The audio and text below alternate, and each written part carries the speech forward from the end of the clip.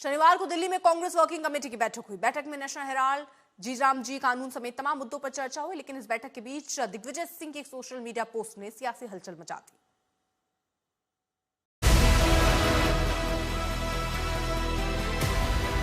मौका था पार्टी की रणनीति तय करने का, सरकार के खिलाफ मोर्चाबंदी का खाका तैयार करने का, लेकिन इन तैयारियों के बीच दिग्विजय सिंह की एक पोस्ट ने कांग्रेस को ही बैकफुट पर ला दिया, क्योंकि इस पोस्ट में था ही कुछ ऐसा जिसकी कल्पना शायद ही किसी दिग्गज कांग्रेसी से की जाती हो। पोस्ट की गई तस्वीर में आरएसएस बीजेपी की तारीफ थी, संगठन का गुणगान था और जय सियाराम का जयघोष था। सीडब्ल्यूसी की बैठक से ठीक पहले दिग्विजय सिंह के इस पोस्ट ने कई सवाल खड़े किए। चर्चा छिड़ी कि आखिर दिग्विजय सिंह का इशारा क्या है, आखिर उनके मन में क्या चल रहा है। क्या बीजेपी आरएसएस की तारीफ के जरिए दिग्विजय सिंह ने पार्टी में अपनी नाराजगी जताई है? क्या इस पोस्ट के जरिए दिग्विजय सिंह का इशारा किसी खास व्यक्ति की ओर था, या फिर क्या शशि थरूर जैसे नेताओं के रुख के बीच दिग्विजय पार्टी के सामने नई चुनौती बन रहे हैं? हालांकि विवाद उठते ही दिग्विजय सिंह की सफाई सामने आई और उन्होंने इस पोस्ट की वजह भी बताई। राष्ट्रीय स्वयंसेवक संघ की विचारधारा का मैं विरोधी हूँ, क्योंकि ये पूरे तरीके से न तो संविधान को मानते हैं, न देश के कानून को मानते हैं, और अपंजीकृत संस्था है जिस पर कोई कानून लागू नहीं होता।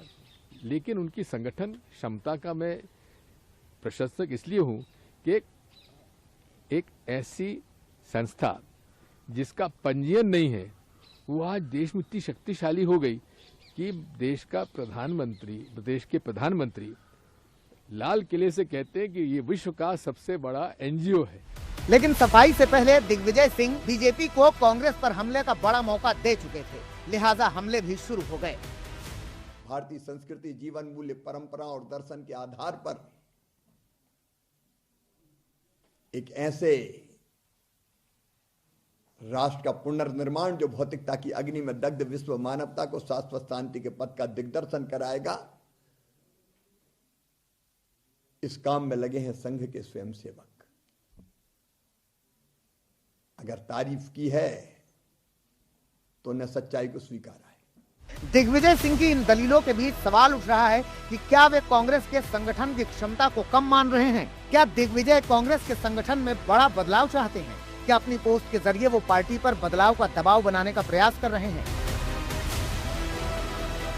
ये सवाल इसलिए भी उठ रहे हैं क्योंकि 19 दिसंबर को दिग्विजय सिंह ने सोशल मीडिया एक्स पर एक पोस्ट किया जो इसी भावना से मिलती जुलती थी, जिसमें उन्होंने राहुल गांधी से सामाजिक और आर्थिक मुद्दों के साथ संगठन पर भी ध्यान देने की अपील की थी। इस मामले में मैं कई बार इस बात को कह चुका हूं कि कांग्रेस पार्टी मूवमेंट की पार्टी तो है और रहना भी चाहिए, क्योंकि हर विषय को मूवमेंट बनाने के लिए, हमें माहौल बनाने के लिए कांग्रेस पार्टी इस मामले में होशियार है।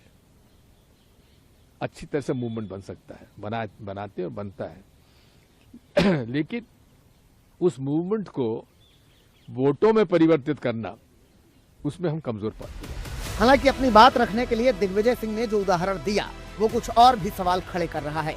इस पर सियासत गरमाई हुई है। भारतीय जनता पार्टी अपने कार्यकर्ताओं की पार्टी है और भारतीय जनता पार्टी का कार्यकर्ता मंडल अध्यक्ष से लेकर के बूथ अध्यक्ष से लेकर के किसी भी पद पर, सर्वोच्च पद यानी राष्ट्रीय अध्यक्ष पद तक पहुंच सकता है। इस बार आपने हमारे जो कार्यवाहक अध्यक्ष बने हैं आदरणीय नितिन नवीन जी की जब मतलब उनका तैनाती हुई, आपने देख लिया है कि भारतीय जनता पार्टी कार्यकर्ताओं की ही पार्टी है और एक कार्यकर्ता किसी भी पद पर पहुंच सकता है। आरएसएस और बीजेपी के खिलाफ या सांप्रदायिक शक्तियों के खिलाफ हमेशा आवाज़ उठाते रहे हैं, इसके लिए वो एक तरह से बदनाम है। तो मैं समझता हूं कि दिग्विजय सिंह का जो मंशा है वो यही था कि आरएसएस का जिस तरह का संगठन है उसी प्रकार से कांग्रेस का भी संगठन होना चाहिए। उधर अपनी पोस्ट से मची सियासी हलचल के बीच दिग्विजय आज कांग्रेस के स्थापना दिवस के कार्यक्रम में पहुंचे। ऐसे में दिग्विजय की पॉलिटिक्स पर चर्चाएं और तेज हो गई हैं। आज तक ब्यूरो।